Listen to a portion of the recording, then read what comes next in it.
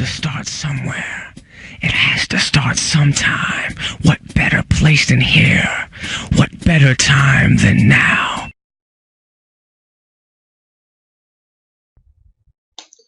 Dans ce tutoriel, nous allons apprendre à configurer notre espace de travail. Nous allons apprendre à délimiter une zone de dessin dans le workspace.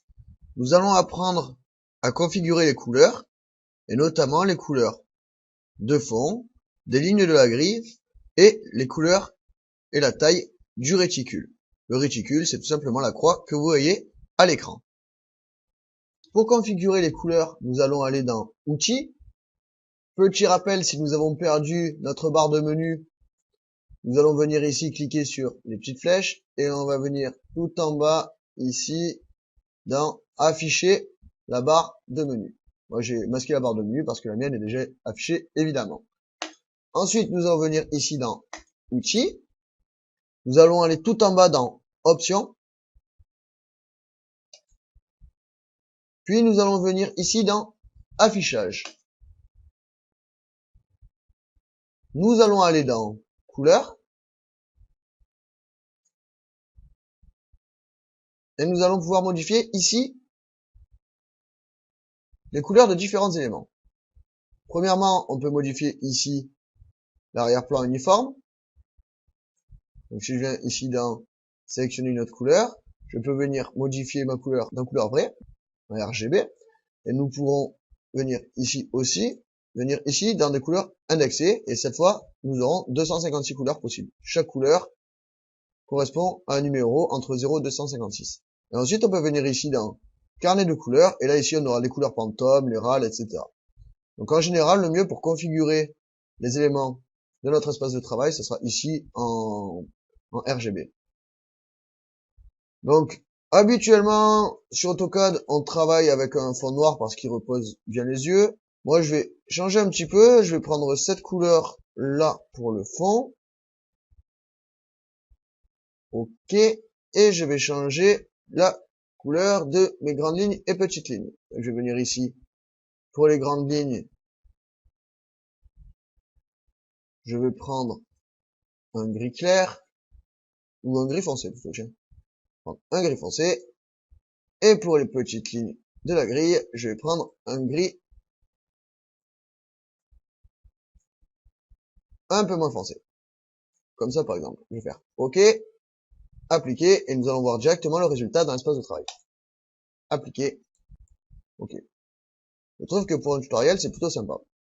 Par contre, mon curseur reste blanc, je vais changer tout de suite sa couleur. Je vais donc aller dans Outils, toujours pareil, Options, Couleur, et là, je vais pouvoir changer la couleur de mon réticule.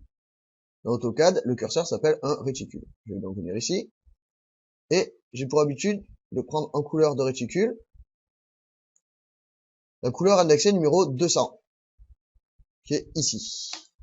L'avantage du violet, c'est qu'il se voit bien, aussi bien sur le blanc que sur le noir, et qu'en plus, c'est la couleur du thème de mon site internet. Et je vais faire appliquer et fermer. Ensuite, je vais venir régler ici la taille du réticule. Donc, je vais à nouveau faire appliquer OK. Donc là, on voit que mon réticule est violet, tout va bien. Mais je vois qu'il est tout petit. Si j'ai envie qu'il soit très grand pour m'aider à prendre des alignements verticaux et horizontaux, il serait bien que le réticule fasse la taille de toute la fenêtre. Pour ce faire, je vais dans Outils, Options, et là ici j'ai la taille du réticule. Donc si je viens ici sur 100%, en fait 100, ça signifie 100%, je vais faire appliquer, OK, et à ce moment-là on voit que mon réticule fait toute la taille de mon espace de travail. Nous allons maintenant définir notre espace de travail. Nous allons pour cela commencer par le délimiter. Nous allons donc appeler la commande limite. L-I-M-I-T-E-S. Et je valide avec entrée. À ce moment-là, AutoCAD me propose entre plus petit et plus grand des valeurs par défaut. si j'appuie sur entrée, je valide ces valeurs. Donc en appuyant sur entrée, je valide 0,0. Et maintenant, je vais rentrer les coordonnées du coin supérieur droit. Je vais donc partir sur un A4, mais on va considérer qu'on a des marges tout autour. Donc, je vais prendre au minimum de 5 mm de marge. Donc, sur 297, j'arriverai à 287. Mais j'ai envie de tomber sur une valeur pile, arrondie à 5. Je vais donc prendre 285. Je vais mettre virgule. Et pour ma hauteur de feuille, je vais prendre 210, auquel j'aurai retiré 10 mm, à savoir 200. Et je valide avec entrée. Maintenant, je vais configurer la grille que je viens de définir. Je vais donc venir ici sur l'icône grille, et je vais faire un clic droit. Et je vais cliquer sur paramètres de la grille. Je vais cliquer ici sur accrochage activé. Ici, espacement en X de l'accrochage, je vais mettre 5. Ici, je vais mettre aussi 5.